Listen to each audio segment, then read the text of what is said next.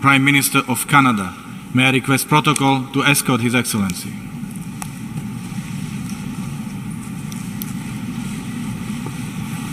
I have great pleasure in welcoming the Prime Minister of Canada, His Excellency Justin Trudeau, and I invite him to address the General Assembly.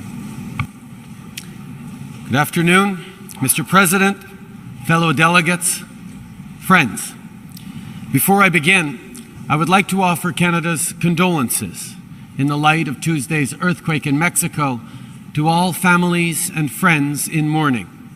We wish a speedy recovery to all those who have been injured and thank all first responders for their tireless efforts to help keep people safe.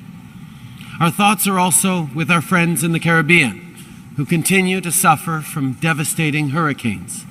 The generosity and resilience that millions have shown in the face of these natural disasters is an inspiration to the world, and Canada stands ready to lend a helping hand whenever we can.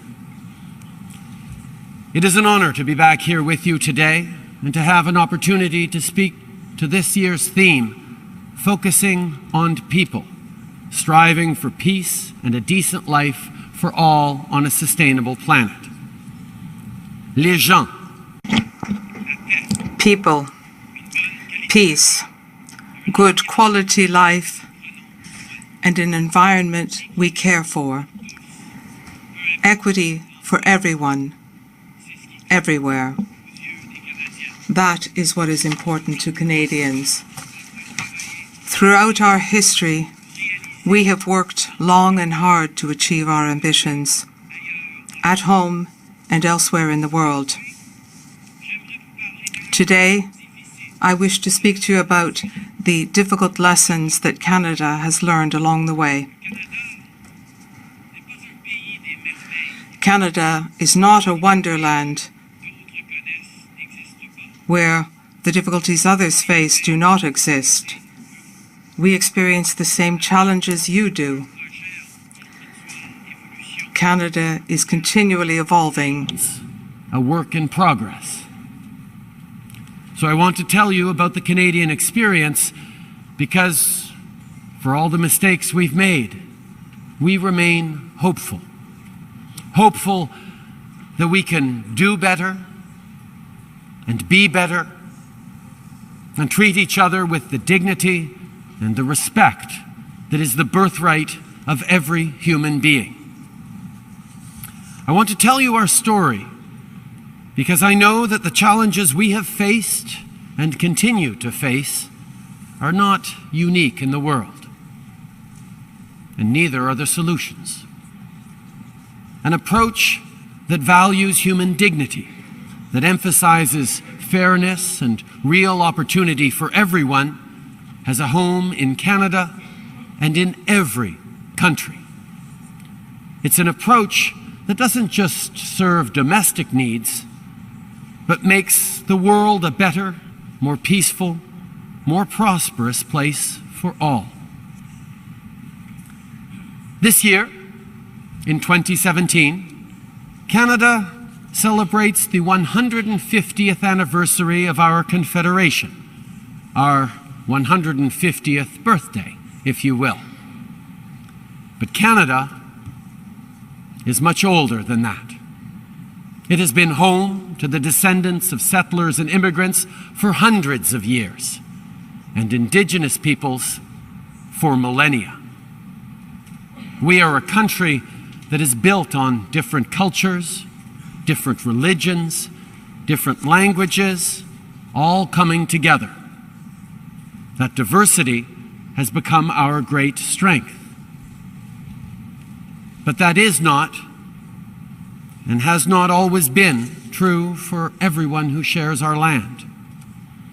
Canada is built on the ancestral land of Indigenous peoples, but regrettably, it's also a country that came into being without the meaningful participation of those who were there first.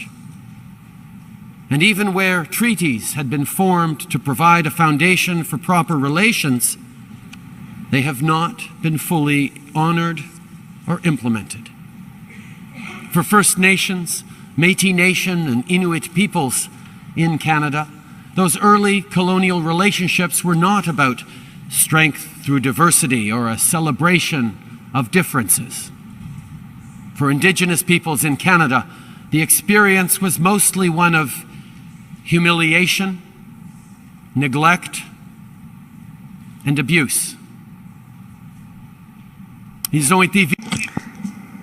They were victims of a government which did not respect them, did not respect their traditions, their attributes, their way of governing, their laws, and which chose to deny them and to undermine their rights and their dignity. They were victims of a government which sought to rewrite their unique history, to eradicate their languages and their cultures by imposing traditions and ways of colonial life. They were victims of a government which refused to protect the lands and the waters recognized by the Indigenous peoples and their principle of always thinking 7 generations ahead. In short, we rejected the very idea that entire generations of Indigenous peoples could define their lives and live in dignity and pride. And we denied Canada the significant contributions which these generations could have offered so that we could build our great country together. The inability of successive Canadian governments to respect the rights of Indigenous peoples in Canada is a great shame. And for too many Indigenous peoples, this lack of respect still persists today. There are today children living on reserve in Canada who cannot safely drink, bathe in, or even play in the water that comes out of their taps. There are Indigenous parents in Canada who say goodnight to their children and have to cross their fingers in the hopes that their kids won't run away or take their own lives in the night. Young Indigenous people in Canada struggle to get a good education, and though residential schools are thankfully a thing of the past, too many Indigenous youth are still sent far away, far from their families, just to get the basic education most Canadians take for granted. And far too many Indigenous women live in Canada a life that includes threats of violence so frequent and severe that Amnesty International has called it a human rights crisis. That is the legacy of colonialism in Canada, of a paternalistic Indian Act, of the forced relocation of Inuit and First Nations communities, and a systematic denial of Métis rights and history, of residential schools that separated children as young as 5 years old from their families, punished them for speaking their own language, and sought to extinguish Indigenous cultures entirely. The good news is that Canadians get it. They see the inequities, and they're fed up with the excuses. And that impatience gives us a rare and precious opportunity to act. We now have before us an opportunity to deliver true, meaningful, and lasting reconciliation between Canada and First Nations, the Métis Nation, and Inuit peoples. At a time when we are seeking reconciliation, as our guide, we will use the basic norms adopted in this hall 10 years ago this month. I know that in the past, the attitude of Canada with regard to the United Nations Declaration on the Rights of Indigenous Peoples was disappointing. We actively campaigned and voted against it, and ultimately accepted it without great enthusiasm. We said that it was a document of dreams, but these are not dreams. The declaration is tangible for Indigenous peoples and for those who worked so long and hard to make it a reality. Canada's Truth and Reconciliation Commission, the declaration provides the necessary principles, norms, and standards for reconciliation to flourish in 21st century Canada. That's not an aspiration. That's a way forward. Last year, at the United Nations Permanent Forum on Indigenous Issues, Canada's then Minister of Indigenous and Northern Affairs finally corrected Canada's position on the declaration and announced that we are now, without qualification, a full supporter of the declaration.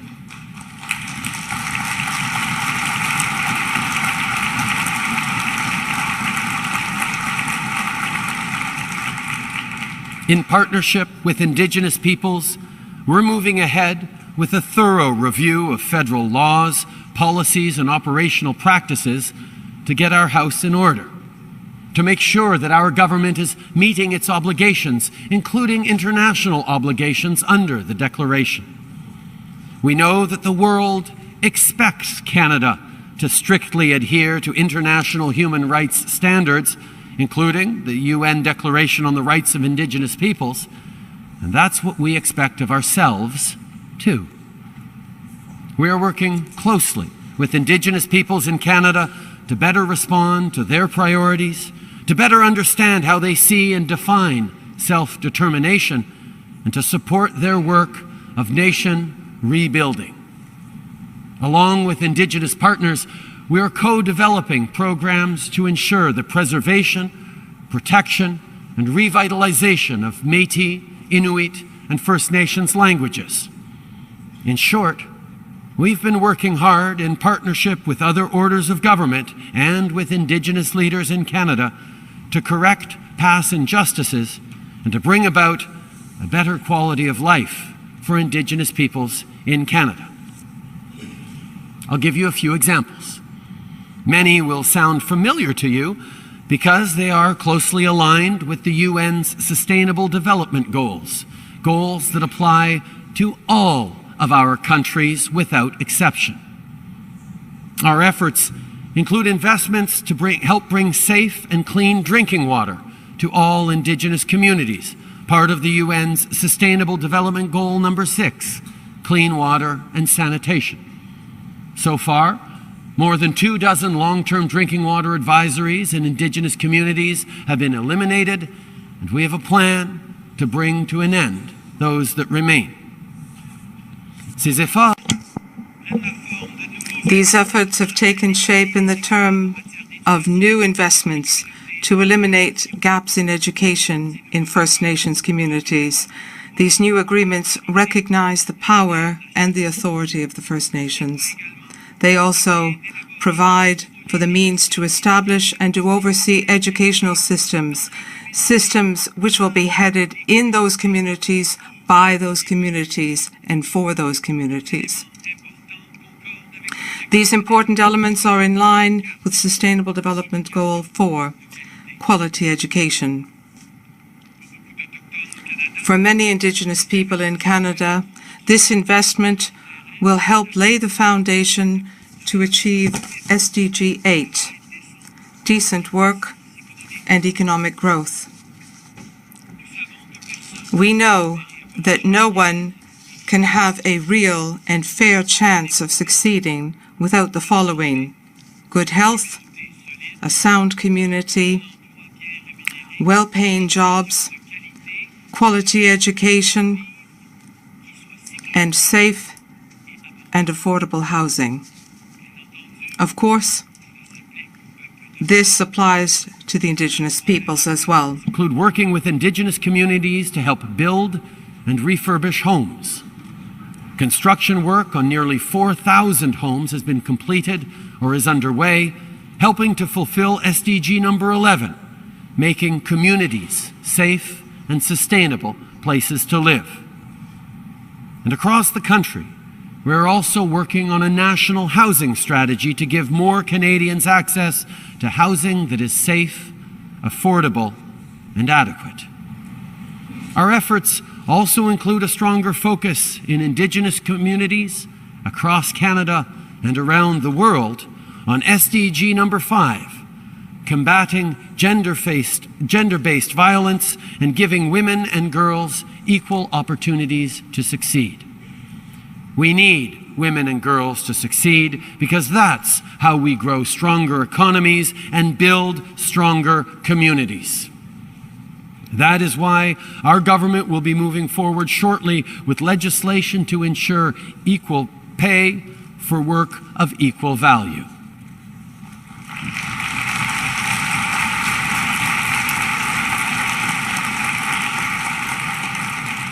You see, the Sustainable Development Goals are as meaningful in Canada as they are everywhere else in the world. And we are committed to implementing them at home while we also work with our international partners to achieve them around the world. This is important because poverty and hunger know no borders. We cannot pretend that these solvable challenges happen only on distant shores. The need for greater equality and decent work, those are real and persistent human needs. One cannot afford to ignore, especially in our own countries. Every one of us must do everything possible to ensure that everyone, including Indigenous peoples, have the best opportunities. We have the responsibility to ensure that no conditions are placed on true equality. Equality is for everyone, regardless of our gender, our origins, our beliefs, or the person we choose to love. And we have the responsibility to take better care of the environment, which we all share. As I said at the signing ceremony of the Paris Agreement, we are all concerned in every sense of the word. We are all responsible, and our new way of working must take account of this reality. In Canada, this means new relationships between the Government of Canada and Indigenous peoples. Relationships based on recognition of rights, respect, cooperation, and partnership. Recently, we made changes to our own government structures to help with the transition to these new relationships with Indigenous peoples. We're dismantling the old colonial bureaucratic structures and creating a new Department of Crown Indigenous Relations and Northern Affairs led by Dr. Carolyn Bennett, an experienced and effective advocate for Indigenous peoples in Canada. In her new role, she will lead our government's effort to better support Indigenous peoples as they strengthen their distinct political, cultural, legal, and economic institutions and assume autonomy over their own affairs, including the recognition and implementation of self-government as an expression of self-determination. At the same time, we recognize that in Canada, the federal government has a historic responsibility for providing services to Indigenous peoples and an ongoing role to play.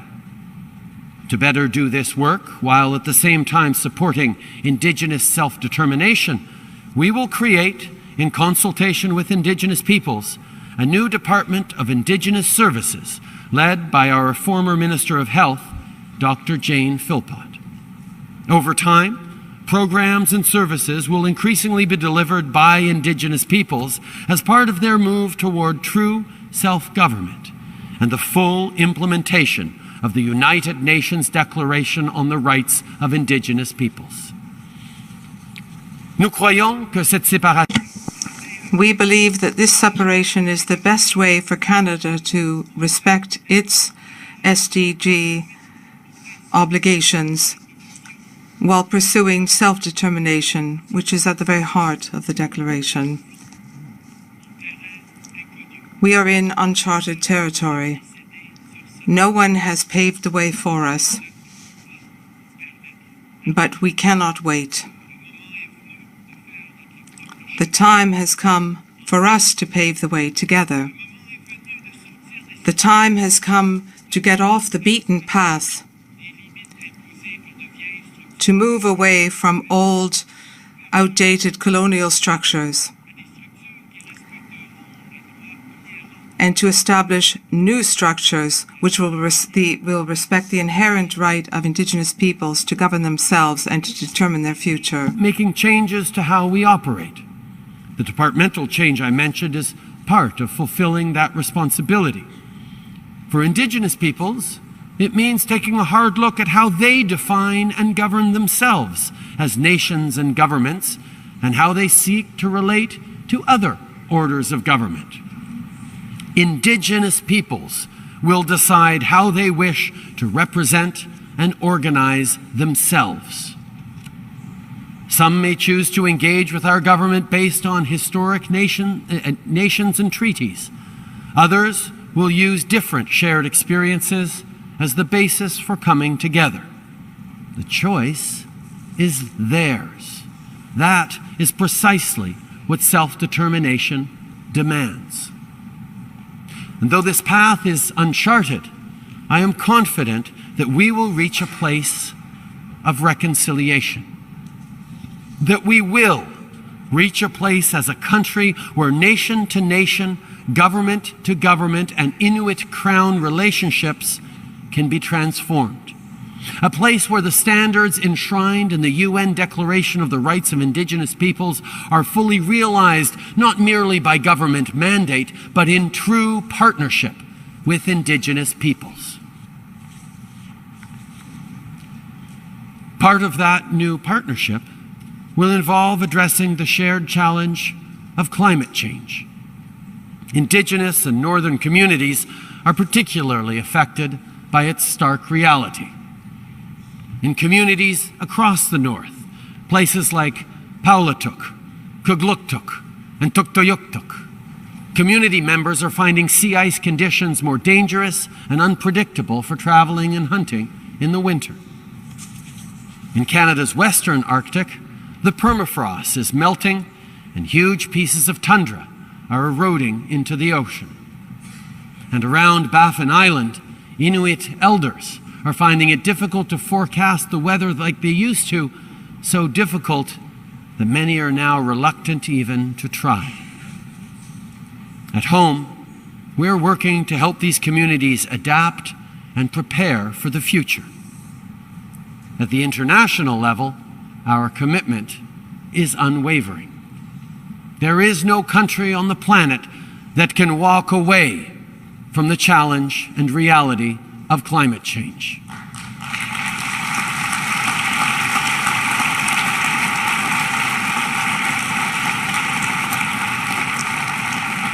And for our part, Canada will continue to fight for the global plan that has a realistic chance of countering it.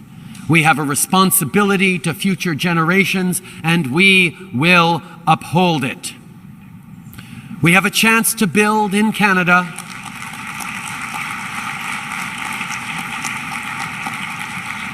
We have a chance to build in Canada and around the world economies that are clean, that are growing, that are forward-looking. We will not let that opportunity pass us by. Au Canada. In Canada, this means imposing a tariff on carbon-related pollution. When that is properly implemented, it is the best possible way of reducing emissions while continuing to grow the economy.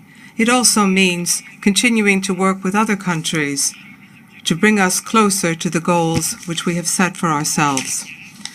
Last week in Montreal, we welcomed environment leaders from 30 countries, more than 30 countries, to participate in a working session. It was an opportunity to discuss various ways of pursuing the Paris Agreement in order to maintain the international momentum towards a more sustainable future for all. Likewise, the global community has a responsibility to do all that it can to reduce inequality within and among countries. In Canada, we're working hard to achieve this goal. We improved child benefit payments. Our new program gives 9 out of 10 families more money to help with the high cost of raising their kids, and because of that, we expect to reduce child poverty in Canada by 40%.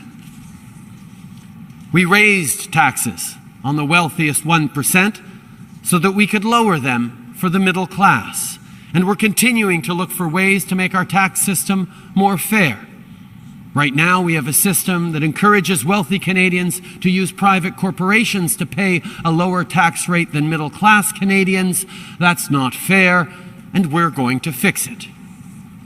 Nous faisons des investissements pour rendre... We are investing to make education more affordable and more accessible so that every Canadian can receive the necessary training to find and keep a good, well-paying job. This is particularly important at a time when automation challenges the traditional definition of the labour market. Internationally, we have reaffirmed Canada's commitment to reduce poverty and inequality and to put gender parity and the empowerment of women and girls at the heart of our development efforts. We have adopted this approach because we know that supporting women and girls will lead to economic growth and that then peace and cooperation will take root. Families and communities can also then hope to have a better quality of life. We're also working hard to deliver progressive trade agreements, like the Comprehensive Economic and Trade Agreement with the European Union, which comes into effect today. CETA will expand opportunities for businesses, create good, well-paying jobs for workers, and deliver meaningful economic growth, the kind of growth that benefits all of our citizens, not just the wealthiest. We have the opportunity, and I would argue that we have the responsibility, to ensure that trade agreements include strong provisions to safeguard workers' rights, to protect the environment, and to ensure that the benefits of trade are felt more broadly. Because when we do that, we don't just grow our economies, we live up to our values. We say to ourselves and to each other that good enough just isn't good enough, and that better is always possible.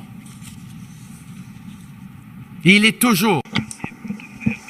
And it is always possible to do better when people are at the heart of the decisions we take.